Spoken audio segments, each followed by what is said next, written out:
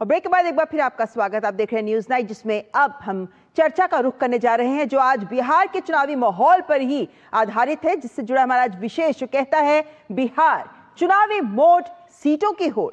चर्चा के लिए हमारे साथ जुड़े हैं आरपी सिंह जी, जो भाजपा के प्रवक्ता हैं। साथ ही हमारे साथ राकेश रंजन जी, आरजेडी के प्रवक्ता, भी जुड़ जाएंगे और वरिष्ठ पत्रकार रामकृपाल सिंह जी भी हमारे साथ जुड़े हुए हैं। और चर्चा की शुरुआत करती हूँ आरपी सिंह जी आप ही के साथ। ये क्यों लग रहा है लोगों को कि भैया सीट बंटवारे पर बातचीत हो रही है, लेकिन एनडीए गठबंधन के अंदर भी छोटे दलों को आवाज नहीं मिल रही है, उनकी आवाज कोई सुन नहीं रहा कि उन्हें सोशल मीडिया का रुख करना पड़ रहा है? जीतन राम मांझी ने जो कविता लिखी या फिर चिराग पासवान ने जो बात लिखी, उस सबके बाद कई सवाल हैं जो दस्तक देते नजर आ रहे हैं। कैसे आंकते, कैसे जवाब देंगे आप इस बात का कि छोटे दलों को सोशल मीडिया का रुख करना पड़ रहा है अपनी बात रखने के लिए? चलिए, आज नया टूल है सोशल मीडिया, उसके माध्यम से अपनी बात रखने का अधिकार उनको है। परंतु मेरा जीतन राम मांझी जी ने जो ट्वीट किया उस पर मेरा एक निवेदन है उनसे, सारा बिहार आपका है, मन मजबूत रखें, मिलकर ऐसे जीत लिखें जो सब याद रखें। तो मेरा भी उनसे निवेदन है कि कोई कितनी सीटें सब तय हो जाएंगी। मेरी बात नोट कर लीजिए, अगले 3-4 दिन में ये फैसला हो जाएगा कौन कितनी सीटों पर लड़ेगा। 10 तारीख को तो आरपी सिंह जी नामांकन शुरू हो रहा है पहले चरण का। आपको नहीं लगता कि देरी हो गई है और इसीलिए तो सवाल उठ रहे हैं? बिल्कुल देरी नहीं हुई, बिल्कुल देरी नहीं हुई। बिहार का ये नैरेटिव ही नहीं है कि कितनी सीटें कहां पड़ेंगी, सब मामला हो जाएगा। जो बिहार का मूल नैरेटिव है वो है कि नीतीश बाबू ने मोदी जी साथ मिलकर बिहार की महिलाओं की कैसे चिंता करी। 1 करोड़ महिलाओं को 10,000 रुपया प्रति महिलाओं को मिला, जिसमें वह उद्यमी बन सकेंगे। महिलाओं को, बेटियों को साइकिल मिली। महिलाओं को वहां पे आरक्षण मिला 50% पंचायत के अंदर, 30% आरक्षण मिला सरकारी नौकरियों में, पुलिस की नौकरियों में। तो ये बड़ा नैरेटिव है। लोग इस बात पे वोट देने वाले, लोग इस बात पे थोड़ा कोई चर्चा करने वाले कितनी सीटें कहां गई। ये सब अगले 2-4 दिन में सब फैसला हो जाएगा, सब ठीक हो जाएगा, आप चिंता मत करिए इस बात। चलिए, हम अगले 2-4 दिन तक भी आपसे लगातार जुड़ते रहेंगे इस बात पर चर्चा करने के लिए। लेकिन अभी के लिए आरपी सिंह जी ये तो बता दीजिए, पेच कहां फंसा है? कहीं कोई पेच फंसा ही नहीं। ये आपके हिसाब से कयास है।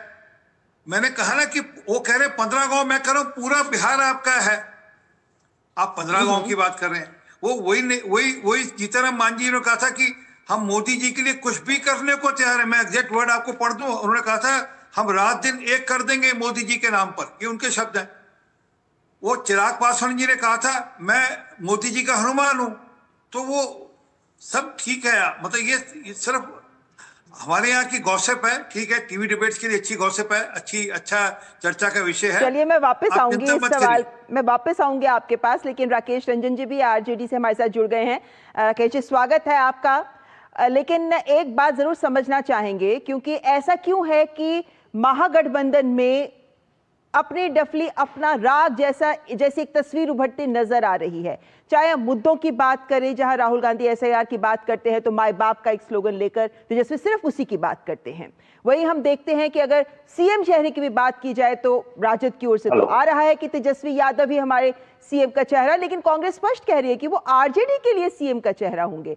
ये जो मेरी डफली मेरा राग है, ये सीन कब तक चलेगा? क्योंकि सीट बंटवारे पर जाहिर है कि इसका पूरा सीधा प्रभाव पड़ेगा। जी ममता जी, आपको नमस्कार। पैनल में बैठे सभी साथी को नमस्कार, आपके व्यूअर्स को भी नमस्कार। आपके सवाल का जवाब देने से पहले, आज श्री रामविलास पासवान जी का पुण्यतिथि है और वो एक प्रखर समाजवादी और अम्बेडकरवादी क्षेमा के नेता रहे हैं। तो उनको नमन करते हुए बस एक ही है कि आज सारा बिहार ये पूछ रहा है कि एक तरफ रामविलास पासवान जी समाजवादी और अम्बेडकरवादी धारा को लेकर चलने वाले हैं, तो रहे हैं पूरे अपने जीवन में, और उनका बेटा मनवादियों के खेमे में जा करके और एक कह रहा है कि मैं अपने पिताजी के सपनों को पूरा करूं। सवाल उठाने का मुझे नहीं लगता है कि इस पर कोई सवाल उठाया जाना चाहिए। उनके बेटे कहाँ रुख करते हैं ये तो उनका व्यक्तिगत निर्णय है ना। राकेश जी, मैं चाहूंगी कि आप चर्चा के सवाल का जवाब दें। वही उसी पे आ रहा है। दिक्कत यहाँ ये है कि उनकी आत्मा कहीं और है, शरीर कहीं और है। ये गठबंधन सिर्फ अपने निजी स्वार्थों को लेकर के है और इसीलिए इसमें प्रॉब्लम है। प्रॉब्लम ये है कि आप देख सकती हैं, कई बार वो कहते हैं कि सरकार का समर्थन करने में उनको शर्म आती है और नए नहीं, नए ये और तमाम ठिकाना बातें जो ढूंढने आप की उठा कोशिश भी रहे कर हो, रहे हैं। ये पिछली मेरे बार सवाल अभी से भी कहीं है। जुड़ी हुई नहीं है ना राकेश जी। देखिए, जब चुनावी माहौल होता है, हाँ, बहुत हाँ, सारे पहलू होते हैं जिन रही पर बात- चर्चा की जा सकती है राकेश जी, लेकिन चूंकि हमारे पास सीमित समय होता है तो आपसे अनुरोध करूंगी कि जो सवाल किया गया है उस पर तुरंत आ जाइए।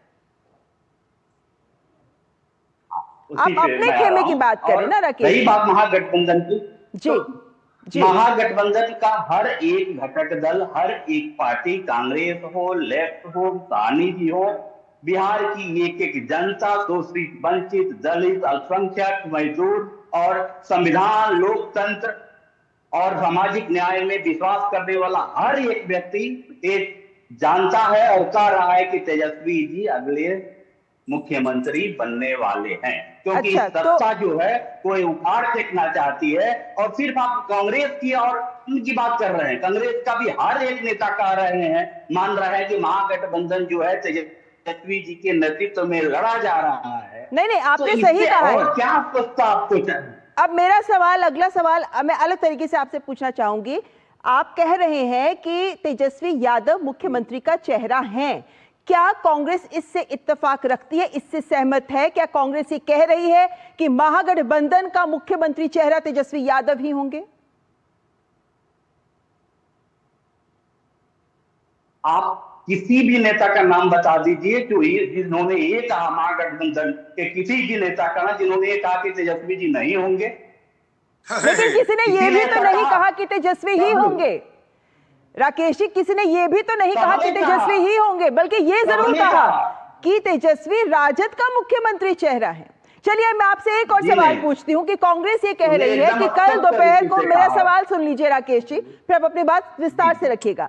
कांग्रेस ये कह रही है कि वो कल दोपहर को 2 बजे बिहार में एनडीए सरकार के खिलाफ एक चार्जशीट लेकर आ रहे हैं। क्या राजद, उन्होंने कहा है कांग्रेस के पटना मुख्यालय में ही वहां पर ये काम होगा, तो क्या राजद इससे इत्तेफाक रखती है?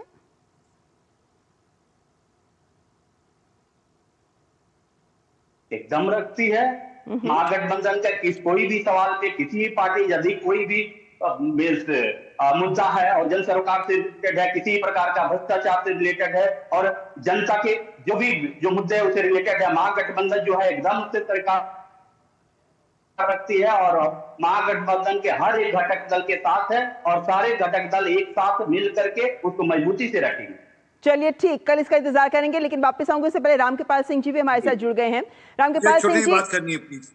जी आरपी सिंह जी संक्षेप में कहिए, फिर मैं वापस आऊंगा। इनको उदित राज जी का बयान सुना दीजिए ना, थोड़ा समझ में आ जाएगा कि उनका क्या कहना है, कांग्रेस वालों का क्या कहना है। आरपी सिंह जी, बयान तो इनको सुनाने के लिए बहुत है हमारे पास, लेकिन यहाँ हम सोच रहे थे इन्हीं की बात सुने ताकि जनता को स्पष्ट नजर आए कि कौन क्या कह रहा है। रामकृपाल सिंह जी, ये जो मैं बार बार मुद्दा उठा रही हूँ कि शायद छोटे दलों का दबाव इस बार ज्यादा है, जिसकी वजह से दोनों खेमों में, चाहे महागठबंधन की बात करें चाहे एनडीए की बात करें, कि सीटों पर जो खींचतान है वो बढ़ती नजर आ रही है। आप इस बार के चुनावों को इस लिहाज से कैसे आंकते हैं? क्या दबाव अधिक है इन बड़े दलों पर? देखिए ममता जी, जब भी चुनाव आता है, चूंकि गठबंधन होता है, दोनों तरफ गठबंधन है, एक एनडीए है और दूसरी तरफ इंडिया अलायंस जो भी कह लीजिए उसको, महागठबंधन। तो गठबंधन जब तक फैसला नहीं हो जाता तब तक क्या है कि लोग बार्गेन करने की कोशिश करते हैं। सबको पता होता है जो छोटे दल हैं वो इसलिए होते हैं, वो जानते हैं कि वो तो सत्ता में मुख्यमंत्री नहीं बनने जा रहा, तो वो हमेशा बार्गेन करते हैं कि चलो, जैसे हम लोग कहते हैं ना गाँव में कि अगर आपको बंदूक का लाइसेंस, वो बंदूक लेनी है तो तोप का लाइसेंस अप्लाई कीजिए। ये बड़ा कॉमन है, दोनों जगह पे है। लेकिन देखिए, एनडीए और महागठबंधन का जो बेसिक फर्क है, एनडीए में उस तरह की लड़ाई नहीं है जिस तरह की लड़ाई इंडिया अलायंस में है।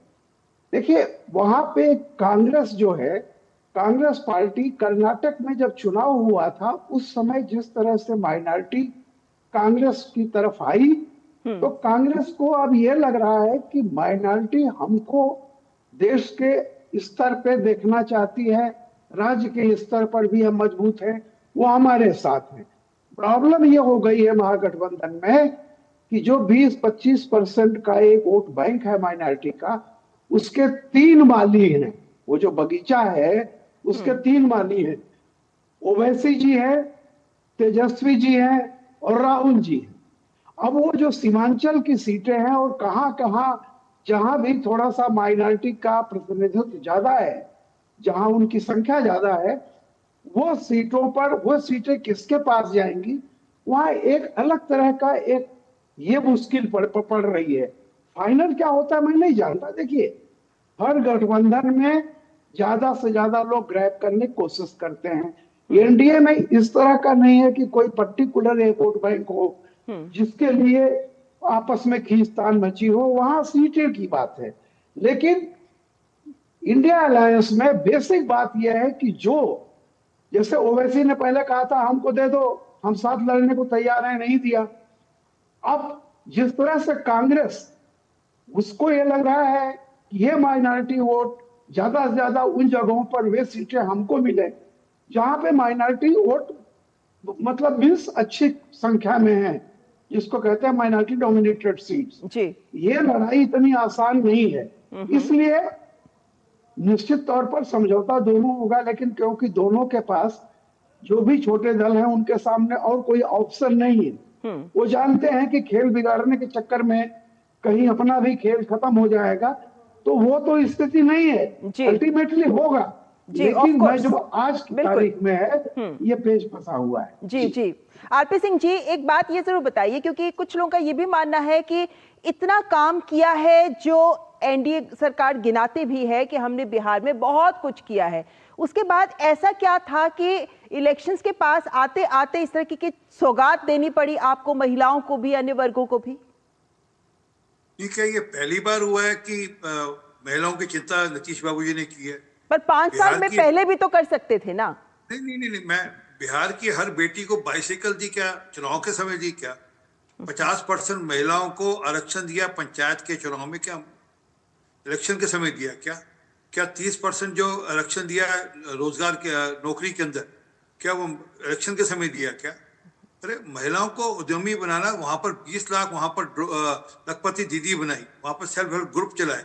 नीतीश बाबू जी के लिए लगातार महिलाओं की चिंता, नीतीश बाबू लगातार महिलाओं की चिंता करते हैं और ये इंश्योर करते रहे कि वह आगे बढ़े और वह उद्यमी बने। इसकी उसी दिशा में यह हुआ है और ये अभी यहाँ रुकने वाला नहीं है। मैं आज आपके टीवी डिबेट में कह रहा हूँ, 10,000 रुपये नहीं, जो इनमें से अच्छा करेंगी उनको 2-2 लाख रुपए भी मिलेगा, ताकि वह अपना जो उद्यम है उसको आगे बढ़ा सके। बिहार का जो इकोनॉमिक ग्रोथ हो वो जरूरी है, और उसके लिए आपकी जानकारी के लिए बिहार का पर कैपिटा इनकम कुछ 6-6.5 हजार था, आज वह लगभग 80,000 के लगभग है, वो बड़ा है। तो निरंतर इकोनॉमी ग्रोथ हो और उसमें महिलाओं की भागीदारी हो, इसमें क्या बुराई है? चलिए यहाँ पे ठीक है, राकेश जी आपके पास आना चाहूंगी एक बात को लेकर, क्योंकि आप लोग वो तो इतना कुछ विकास कर रहे हैं, कितनी योजनाएं दे भी रहे हैं, लेकिन आरजेडी से इत्तेफाक नहीं लगती। आप लोग लगातार यही बात कहते हो कि नहीं, बिहार में कुछ हो ही नहीं रहा है। ऐसे में अब जब आप लोगों के पास मौका है कि चलो अब हम अपनी सरकार बनाते हैं, जोर तोड़ से आप लगे हुए हैं, क्या आप ये बता सकते हैं कि कितनी सीटों का अंदाजा है इस बार की राजद अपने हिस्से पे लेना चाहेगी? क्योंकि कांग्रेस के सूत्रों से संकेत जरूर मिल गया है कि भाई 60 के नीचे ही हमें तो लड़ना है।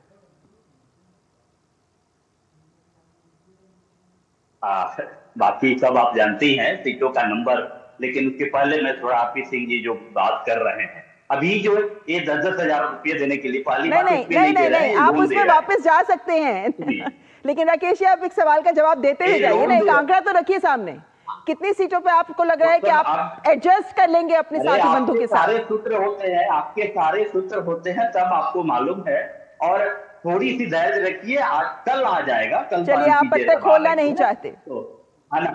तो दूसरी बात यह है कि आरपी सिंह जो बोल रहे थे, महाराष्ट्र में भी ये लोग बोले थे, पहले बोले सभी महिलाओं को मिलेगा, उसके बाद जिसको दिए उससे भी वापस लेने लगे। यहाँ तो सबको मिल गया है, बोला नहीं है। 1 करोड़ बहनों को 10,000 रुपए प्रति बहन को मिल गया है, बोला नहीं है। उनके बैंक खाते में पहुंच गया है और वह अपना उद्यम शुरू करेंगी। 10,000 रुपये में अपना किचन आंदोलन शुरू करेंगी। आपकी जानकारी के लिए सुनिए आपने कहा तो मैं बोलता हूँ, बिहार में लगभग 87 लाख किसानों को किसान सम्मान निधि मिलती है। 1,60,60 लाख लोगों को घर पर जल से अन्न मिला है। वहाँ पर 3 करोड़ 52 लाख लोगों को आयुष्मान भारत का लाभ मिला है। वहाँ पर 9 करोड़ लोगों को अनाज मिलता है। वहाँ पर 40 लाख पक्के मकान बने हैं। 1,70,000 लाख बहनों को गैस का सिलेंडर मिल रहा है। एक मिनट, चर्चा का वक्त खत्म हो रहा है। आपसे अनुरोध करती हूँ, एक सवाल मैं रामकृपाल जी से लेकर चर्चा का समापन करूंगी। एक मिनट राकेश जी, एक मिनट। रामकृपाल जी, एक सवाल, क्योंकि प्रशांत किशोर का एक सवाल जरूर रहता है कि इनका प्रभाव इस बार पड़ेगा। आपसे भी एक बार फिर चर्चा का समापन इसी सवाल के साथ करना चाहूंगी कि जो सीट बंटवारे की बात जद्दोजहद इस वक्त चल रही है, आपको लगता है कि इसमें भी प्रशांत किशोर की डिसीजन कैसे लिया जाए, सीट दर सीट, एक फैक्टर हो सकते हैं? देखिए, निश्चित रूप से उन्होंने बड़ी मेहनत की है, लेकिन एक बात प्रशांत किशोर जी ने खुद कही थी कि पहला इलेक्शन हारने के लिए, दूसरा इलेक्शन हराने के लिए और तीसरा इलेक्शन जीतने के लिए है। तो जब उसके मुखिया ही ये बात कर रहे हैं तो निश्चित रूप से उनको वोट मिलेंगे। सारी चीजें, एक चीज, प्रशांत किशोर एक फैक्टर हैं, लेकिन देखिए जब क्या होता है कि दोनों तरफ वो अगर वो असर डालते हैं तो बात फिर वो न्यूट्रल हो जाती है कि आपका भी काटा आपका भी काटा, तो फिर वही होता है ना कि जिसको घलवा मिलता है वो जीत जाता है। एक बात जो आपने अभी पूछी थी कि नीतीश जी ने जो किया है, इसमें कोई दो राय नहीं। नीतीश जी हमेशा से 2000 जब से रहे हैं, उनका लगातार वो सामाजिक और आर्थिक एम्पावरमेंट गरीबों का, महिलाओं का करते रहे हैं। ये इसमें कोई दो राय नहीं, सभी लोग मानेंगे। रही बात ये जो पैसा देने की है, तो आरजेडी वाले जो भी है, आप याद कीजिए, खटाखट ये कहां से आया था? ये लगा कि खटाखट आपके अकाउंट में पहुंचेगा, कहां से शुरुआत? जाहिर है, अगर हम पन्ने पलटने लगे तो बहुत से उदाहरण हैं जो विभिन्न दलों के द्वारा किए गए कदमों को सामने रख सकते हैं। रामकृपाल जी, वक्त थोड़ा इतना सही है, पर कोई भी ऐसा नहीं है जी जो बेदाग हो या जिस पर नहीं कहा जा सकता। जी, बहुत बहुत धन्यवाद करना चाहूंगी मेरे सभी मेहमानों का इस चर्चा में शामिल होने के लिए। बहुत बहुत धन्यवाद। और न्यूज़ आइट में यहां वक्त तो चला एक ब्रेक का, लेकिन ब्रेक के बाद करेंगे बात बंगाल में हिंसा के बाद घमासान